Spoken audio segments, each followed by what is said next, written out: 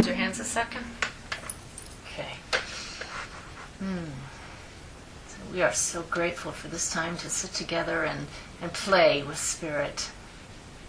But of course, always with an attitude of reverence and gratitude and the sacredness of any time that we're able to tap into the higher dimensions.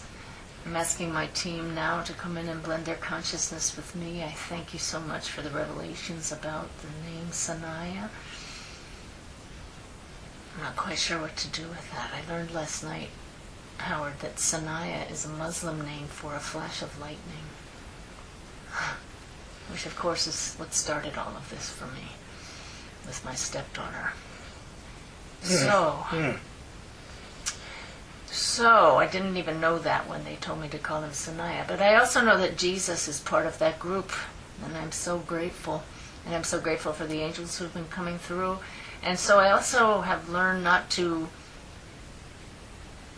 set a single intention. Our intention for this session is to hear from Jesus, but really our intention is to serve the greater good and to serve Howard. So if I can just get out of the way and know that you on the other side know exactly what needs to happen today, may I simply be the instrument to allow that to happen. We're going to relax and fill this room with love and gratitude for this experience. Okay. All right. Let's have that flash of light. Okay, so let's shift and surrender.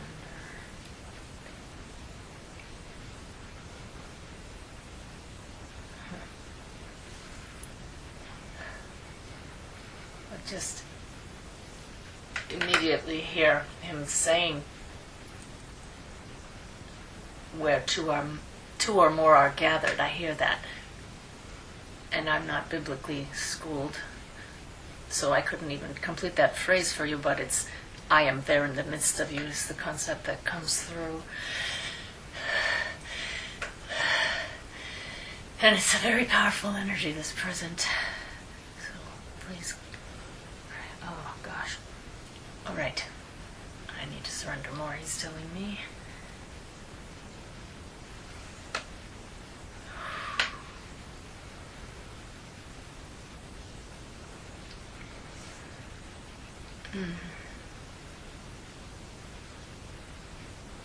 I have been looking forward to this experience.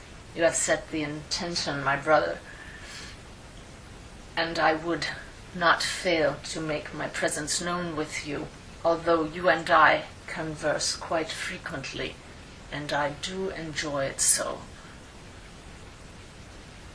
You are one who was raised with a set of beliefs and allowed the heart to dominate. Is this not what I have tried to teach so many? To set aside that which does not speak to the heart. And when you rely on the heart, that you can trust. And that is how I speak to you and to all. This one was a bit hesitant to bring me through in such a setting. But we will get past that. I have been looking forward to this. I do believe the best method of communicating would be question and answer. And this will validate what you already know in your heart, that you do not need to hear from me verbally, for you and I converse through wordless language at all times. You have written my words, which came through as your own thoughts, but they were mine indeed. You are one who truly understands that you and I are equal, that there is no separation, that there is only one mind. Few understand this at such a level as you do. That the one speaking these words is I, and that you are I, and that all are I, that all of the rest is merely a projection of the I. Welcome. What question would you ask of me that I have not already answered in your heart?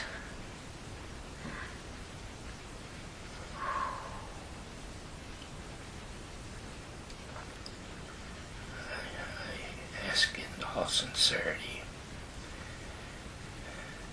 recognizing the state of separation that we all are in.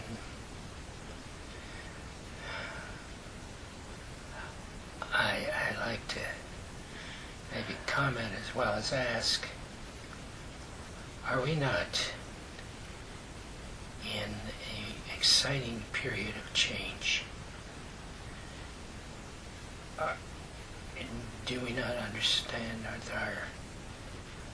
our children are ahead of us? That they shy away from beliefs, all beliefs, most of them do, and simply we're undergoing an important change of age brought on more and more by our grandchildren and children, and sort of recognized by my generation, but not clearly. So my question is what I state the truth? It cannot help but be the truth. Change is the natural consequence of all the love that has been brought to this world through those who know the truth.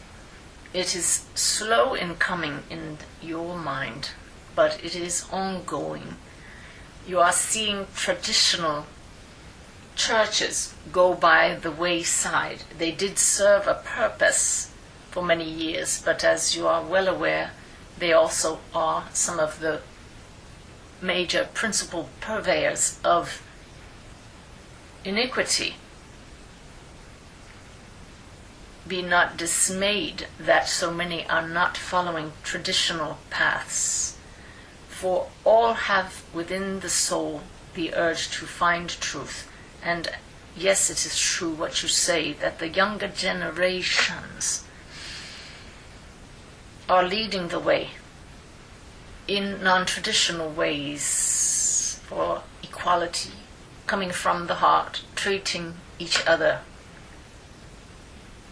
Again, I use the word with equality, with more balance than you have witnessed in the past. They are not there yet.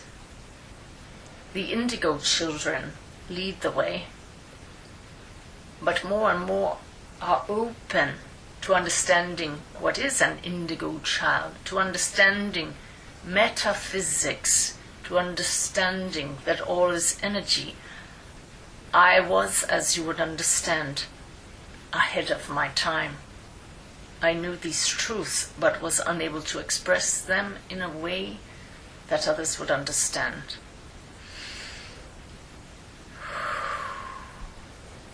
You need have no worries about the future. It will unfold perfectly. There is still much to be dealt with in your world as far as evil and darkness, but you are most correct that the younger generation gets it much more so than those who believed that they must follow a more traditional path.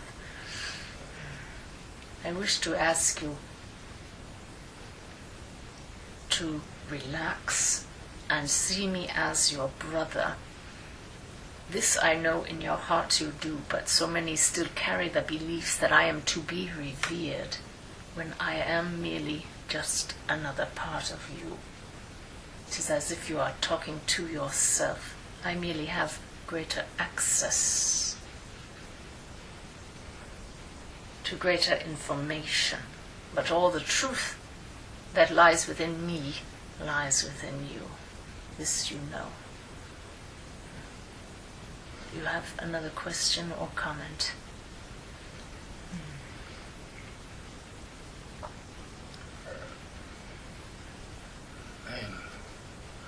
well aware of all you say, as you have already said. I'm probably more patient than I have ever been. Yet I am aware of your frustration. The frustration radiates from you. It is because you know the truth, and the frustration is that you lack the ability to shout it from the rooftops as you would like to. You wish for all others to feel the joy and the peace and the love that you are. You wish for others not to suffer. You wish for others to instantly awaken. This I understand. You have been an excellent messenger. Simply trust that all is unfolding perfectly.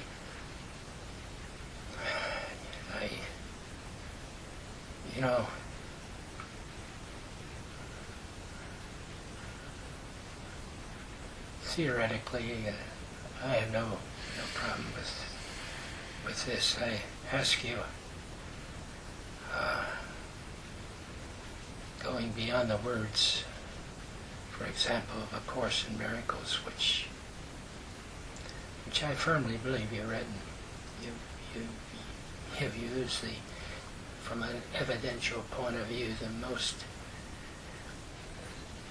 most graphic imagery, and one of these is that we all are in a dream, that this present world, all form and all time, is but a dream. And to carry on the metaphor that you use in A Course in Miracles, is that we're all asleep.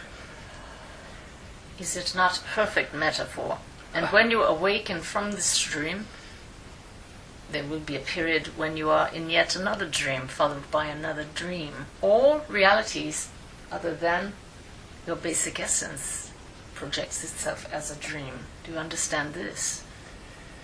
That is what confuses me, because Annie, my wife, and I, she's a firm believer in many worlds, and certainly the idea of what do you call it, the perception of many lives, so reincarnation, that's what I'm trying to say. When I firmly accept the fact that you and I are brothers, and add it to the fact there is no time and space, then I think with the power of creation, not necessarily making images, but that each one of us has, that even within the dream, the so-called sleeping dream, the quantum physicist is representative of science. Science is worthy because it's knowledge, it's saying it even beyond the mathematics. But the point that I'm drawing towards was that metaphoric of sleep and dreaming, whether that's many lives or not. I would like to be able to express. I know. In fact, I've been thinking very recently about the very many expressions of love that comes to me, and seeing this happening, doing some people who are just beautiful. And if only, I know they all have to learn in their own time. It's not about them because I am them, but here comes my impatience. You make it so clear. Why is this veil? Well, it continues because there's no deaths. And I've got to work through that. I would like to return to the analogy of a dream and multiple lifetimes. How do you know that you are dreaming when you are dreaming? You do not, in most cases, if you experience the lucid dream state, and this is when the two states overlap. But when you are in a dream, you are merely immersed in an experience of consciousness. Is that not what you are experiencing now? A projection of the one mind. And that is what happens in the dream state, and that is what happens wherever the I of self finds itself. You can project your consciousness to other realities and very solidly find yourself there. Is that not like a dream state?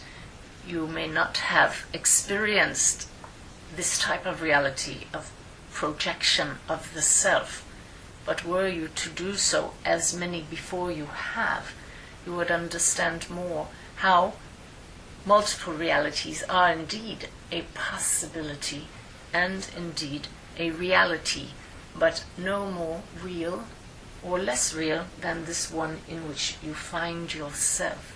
It will be over in the blink of an eye, this dream in which you find yourself, but much learning will have taken place as a result of that veil having been drawn.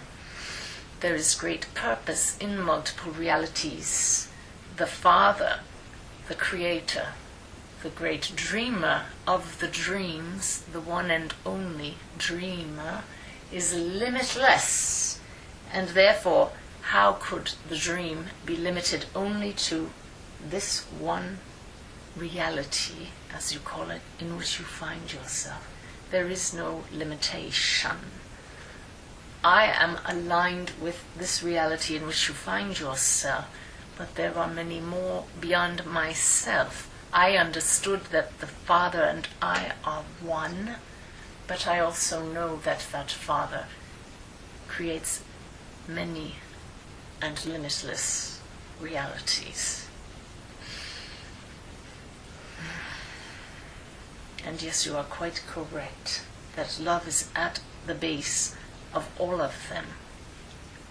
And the growth, the increase of love is the purpose of all of them.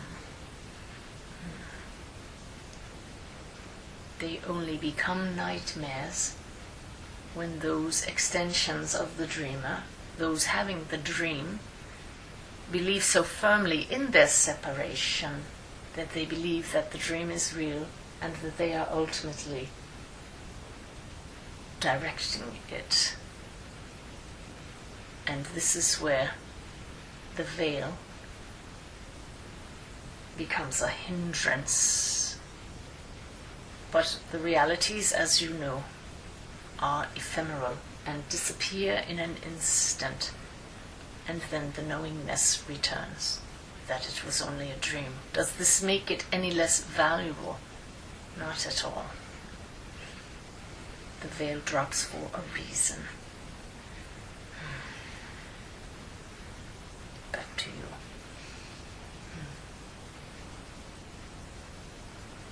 We are one. And to realize that it's extremely powerful in terms of expressions of awakenedness or alive, of being the effect of creation. We so far... He's stepping into you right now, as a matter of fact. He's putting a robe down over you. He's dropping a robe down over you and has stepped out over here and is stepping into your body now. If you could just be quiet for a second and just feel, I don't know if you're capable of feeling it. I feel. You could feel yourself looking out through his eyes right now, because he's showing me sitting in your body. I see his hair superimposed over your head, and you can look out of his eyes. You are blended being right now. It's amazing. Do you feel it? I feel it. Yes, I do. Comes in energy waves or something. Mm-hmm. I can't describe it because... And he shows me wanting to lift your right hand up like he does and make that sign. He's just sitting there as you, in you, I feel if I don't want to break this spell that I'm in, but if I were to open my eyes, I would see him looking at me. That's the way he's sitting, and he wants you to feel it. And it's interesting that I've gone back to talking a little bit more like me, because he wants you to experience the full power of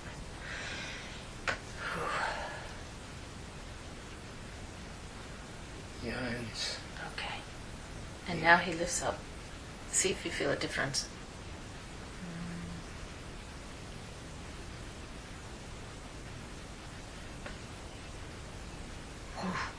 And now he's showing how he can be in both of us at once. He has just bifurcated is the word that I'm giving this one. I am sitting in her and in you at the same time, looking at myself. It is possible, for it is only consciousness, the God force. I wish to give you the experience of truly being the Christ.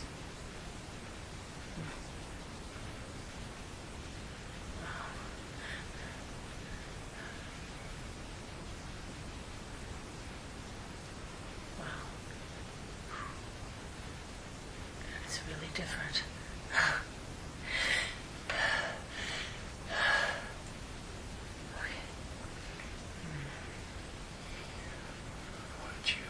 Expressing, and it happens so much that I speak those words, but it's not me, but it is me, and that's we're talking feeling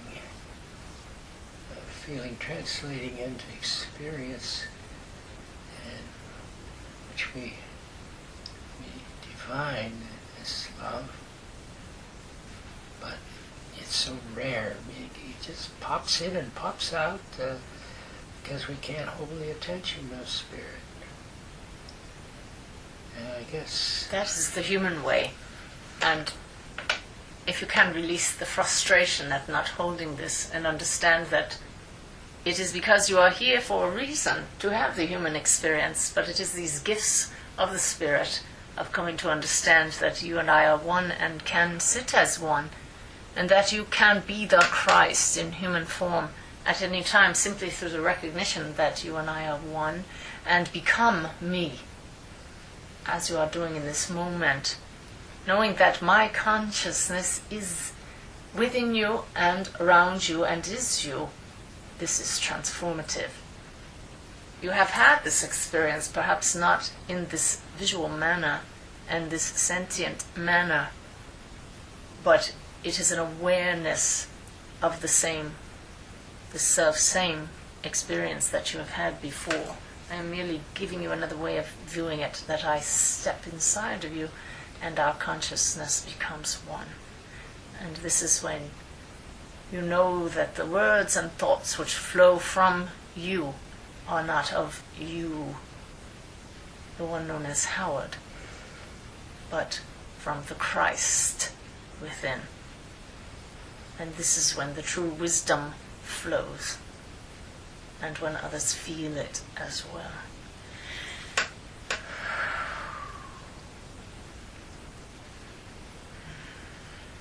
There is so much resistance. We call it the ego. But the power of the mind, whether it be expressed wrong-mindedly as supposedly evil, that is overpowered by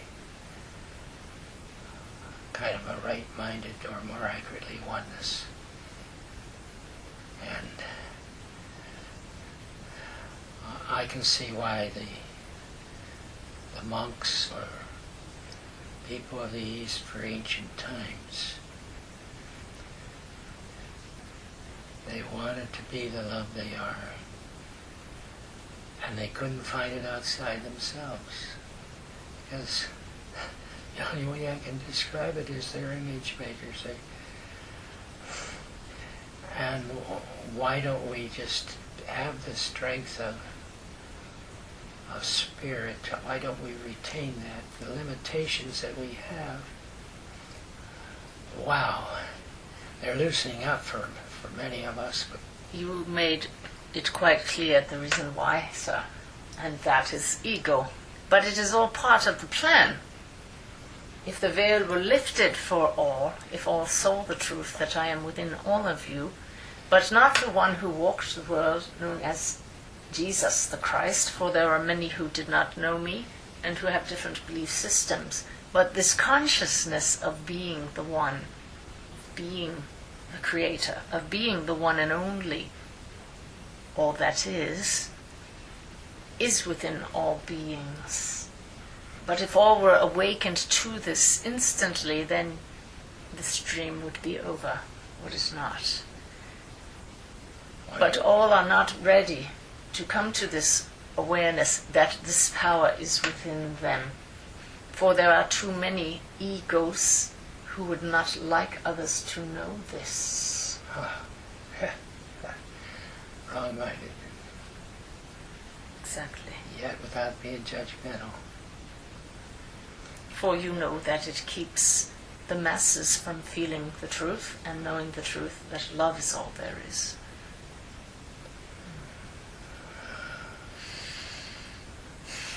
You don't argue. You simply express it so beautifully. I speak to this one, Suzanne. She is you. And whether I speak to her or I speak to myself, the experience that I have feels very good. And I'm sort of,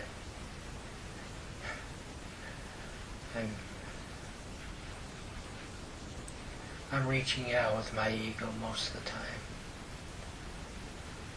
I have so many images that are interrupting the vibration, interrupting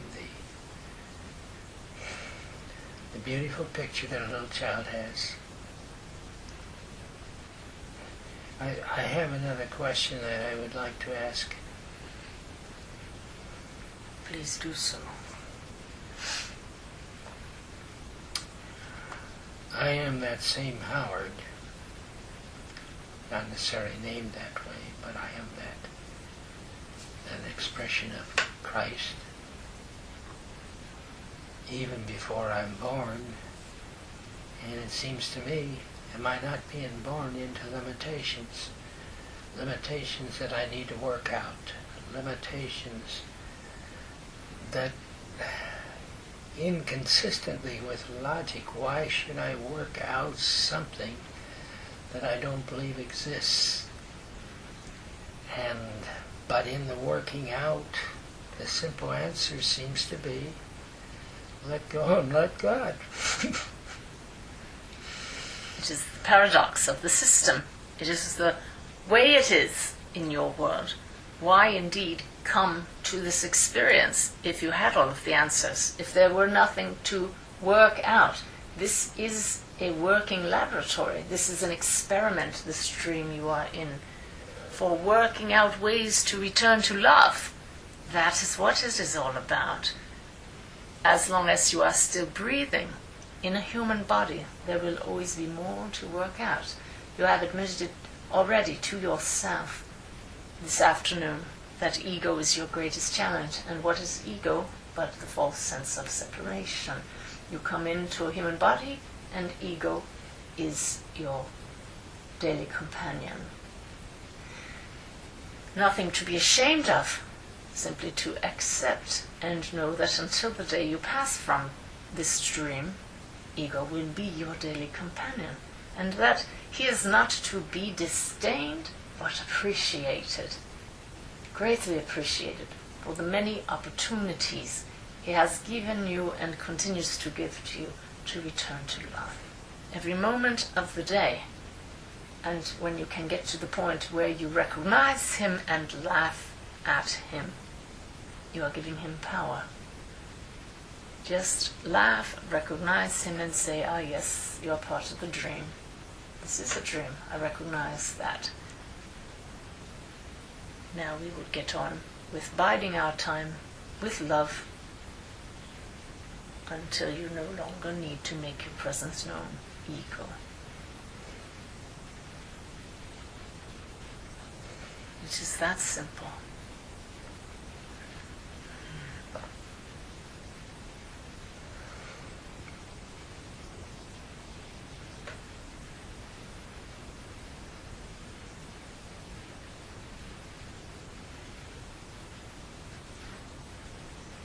Now, are you having any difficulties with your heart these days?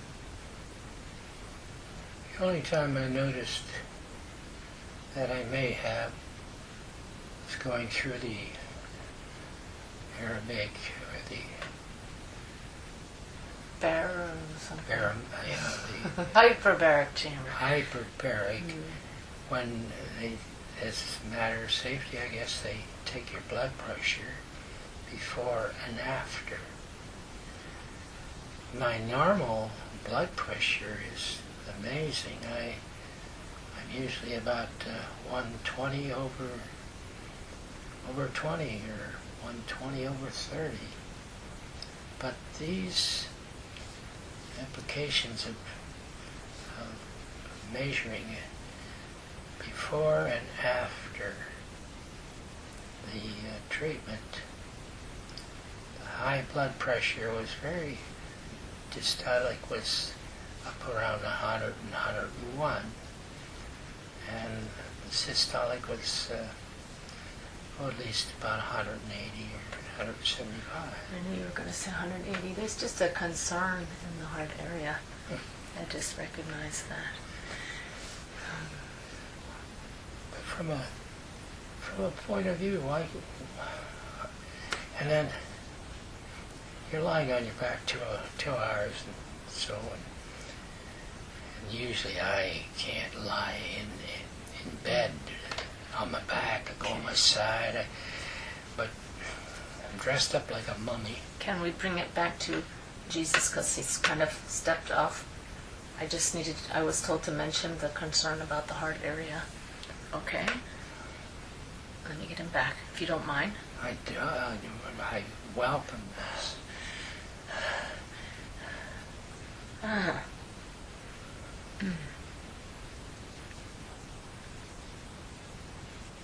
Do you see how easily concerns of the physical can distract you from that of spirit? Merely a lesson to show you what is real. The physical body comes and goes. The blood pressure rises and falls, as do the emotions and the patience. All of this, so very wrapped up in the stream in which you find yourself. But you will always find waiting on the sidelines, just to show you how easy it is to become distracted by the physical world. And yet I am always there, always waiting. The Christ is always within. Simply a reminder. And a reminder that you need not fear any physical maladies, any deterioration of the faculties or the physical body, for always I am there with you. As simple to bring back to your presence as the remembrance and the invitation.